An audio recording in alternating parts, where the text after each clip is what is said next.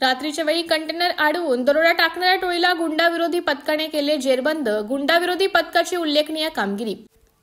Nashik road police station हद्दीत फर्यादी रामनिवास गंगाप्रसाद वर्मा हे त्यांच्या भारत बेंच कंपनीचा कंटेनर यामध्ये महिंद्रा कंपनीचा माल सातपूर येथून अहिल्यानगर येथे घेऊन जात असताना दारणा नदी पुलावरील चेहडी नाशिक रोड येथे आरोपितांनी कंटेनर अडवून फर्यादी यांच्या डाव्या हाताचे मनगटावर व गळ्यावर धारदार हत्याराने दुखापत करून जीवेठार मारण्याची धमकी देऊन फर्यादी यांचे खिशातील रोख रक्कम 5,000 रुपये व ऑनलाईन स्कॅनरवर 1,000 रुपये असे एकूण 6,000 रुपये बळजबरीने काढून घेऊन साथीदारांसह पळून गेले. म्हणून 5 आरोपी विरुद्ध नाशिक रोड पोलीस स्टेशन येथे गुन्हा दाखल आहे. त्या अनुषंगाने गुंडाविरोधी पथकाचे प्रभारी सहाय्यक पोलीस निरीक्षक ज्ञानेश्वर मोहिते यांना गुप्त बातमीदारामार्फत माहिती मिळाली की सदर गुन्ह्यातील फरार आरोपी करंजकर नगर दसक जेल रोड विभागात नाशिक या भागात रात्री फिरताना दिसले.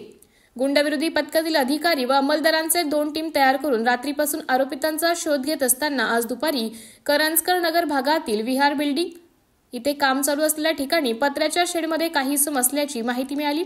त्यानुसार सदर बिल्डिंगला 4ही बाजूने घेराव घालून शिताफितीने पत्र्याच्या शेडमधून आरोपी नामे 1 प्रेम वसंत थाटे वय 24 वर्ष, 2 धीरज वसंत ठाटे वय 22 वर्ष, 3 एक विधी संघर्षित बालक असे तिघांना ताब्यात घेऊन त्यांना सदर गुन्ह्याची कबुली दिल्याने त्यांना पुढील कारवाई कामी नाशिक रोड पोलीस ठाणे नाशिक शहर यांच्या ताब्यात देण्यात आले आहे. सदरची कामगिरी गुंडाविरोधी पथकाचे सहाय्यक पोलीस निरीक्षक ज्ञानेश्वर मोहिते, मलंग गुंजाळ, विजय सूर्यवंशी, सुनील आडके, प्रदीप ठाकरे, अक्षय गांगुर्डे, गणेश भागवत, राजेश राठोड, कल्पेश जाधव, दयानंद सोनवणे, घनश्याम महाले, सुनीता कवडे यांनी संयुक्तरित्या कामगिरी पार पाडली आहे. स्टार न्यूज साठी प्रतिनिधी मोहसिन पठाण, नाशिक.